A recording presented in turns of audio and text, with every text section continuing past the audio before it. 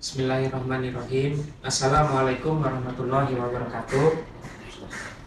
Yang terhormat Bapak PJ Gubernur Aceh dan segenap perangkat daerah di Provinsi Aceh dan seluruh masyarakat Aceh yang kami cintai. Yang terhormat Bapak Kepala Perwakilan Kementerian Keuangan Provinsi Aceh. Pertama-tama mari kita panjatkan puji syukur kehadirat Allah Subhanahu wa taala yang telah memberikan kita karunia-Nya sehingga kita semua dapat melaksanakan kegiatan Alko Regional Aceh pada bulan ini.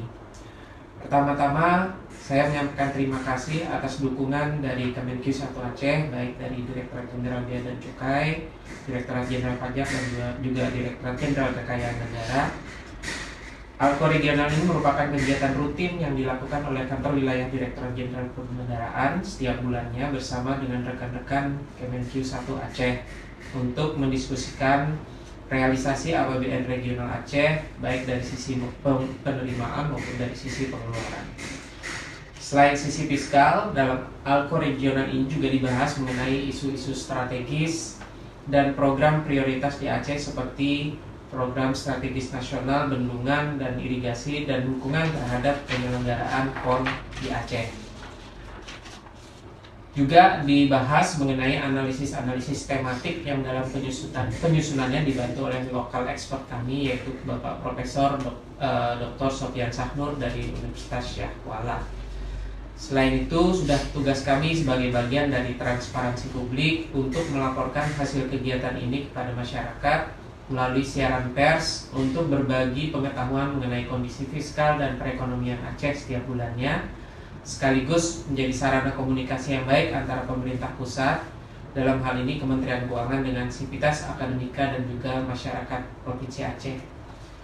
Bapak Ibu sekalian, realisasi APBN regional sampai dengan 30 September mencatat total pendapatan 5,08 triliun rupiah atau setara dengan 72,85% dari pagu, dan total belanja 37,49 triliun rupiah atau 73,87% dari pagu, sehingga terjadi defisit regional sebesar 32,41 triliun rupiah.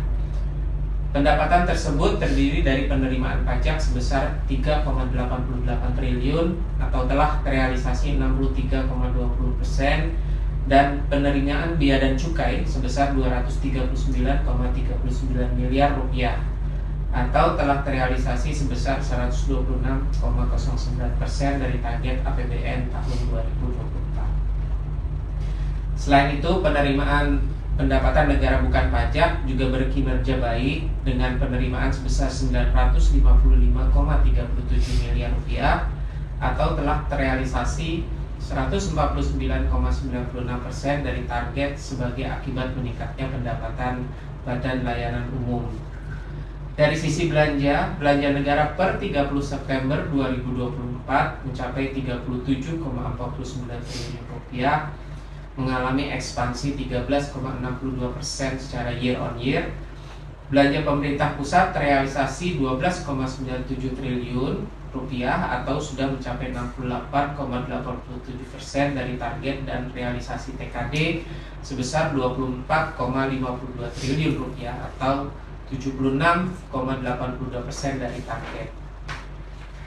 Untuk realisasi belanja APBD konsolidasi sampai dengan 30 September 2024 sebesar 25,79 triliun rupiah atau 63,40% dari target, yang didominasi oleh belanja operasi senilai 19,16 triliun rupiah atau berkontribusi sebesar 74,28% terhadap jumlah belanja daerah.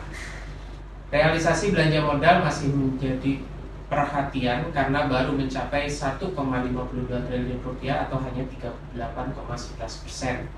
Sementara itu, realisasi pendapatan APBD Provinsi Aceh sebesar 24,51 triliun rupiah atau 62,11%. Kontributor terbesar pendapatan APBD yaitu masih dari pendapatan dana transfer senilai 25,79 triliun atau sebesar 84,30% dari jumlah target pendapatan daerah secara keseluruhan. Pendapatan asli daerah atau PAD sudah mencapai 3,88 triliun atau 64,12%. Meski nilai ini relatif kecil, angka tersebut sudah mengalami peningkatan dibanding bulan yang sama tahun lalu sebesar 3,68 triliun rupiah.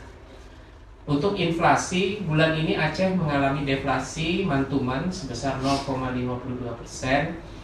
Secara year on year, Aceh masih mengalami inflasi sebesar 1,5% dan inflasi year to date sebesar 1,31%.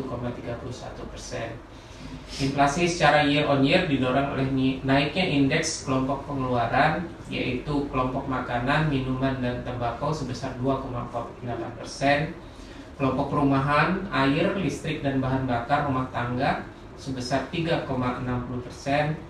kelompok perlengkapan peralatan dan pemeliharaan rutin rumah tangga sebesar 1,16%, dan kelompok kesehatan sebesar 1,57%. Untuk progres proyek strategis nasional atau PSN Bendungan Keruto direncanakan akan diresmikan pada tanggal 26 Oktober 2024. Untuk Bendungan Rukoh, pagu PSN meningkat dari 1.492,3 miliar rupiah menjadi 1.678,45 miliar rupiah dengan peningkatan nilai kontrak dari 1.209,76 miliar rupiah menjadi 1.397,11 miliar rupiah. Saat ini juga sedang dilakukan revisi via Direktorat Jenderal Anggaran Kementerian Keuangan untuk pembukaan blokir sebagian pagu PSN Bendungan Rukoh paket 2. Progres fisik PSN Bendungan Rukoh sedikit melambat karena cuaca hujan.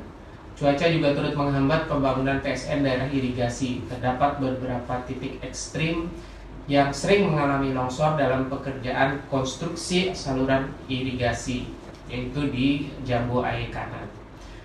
Seiring dengan selesainya penyelenggaraan PON Aceh dengan dukungan APBN sebesar 739,77 miliar rupiah, total realisasi mencapai 659,35 miliar rupiah atau 89,13% dari PON.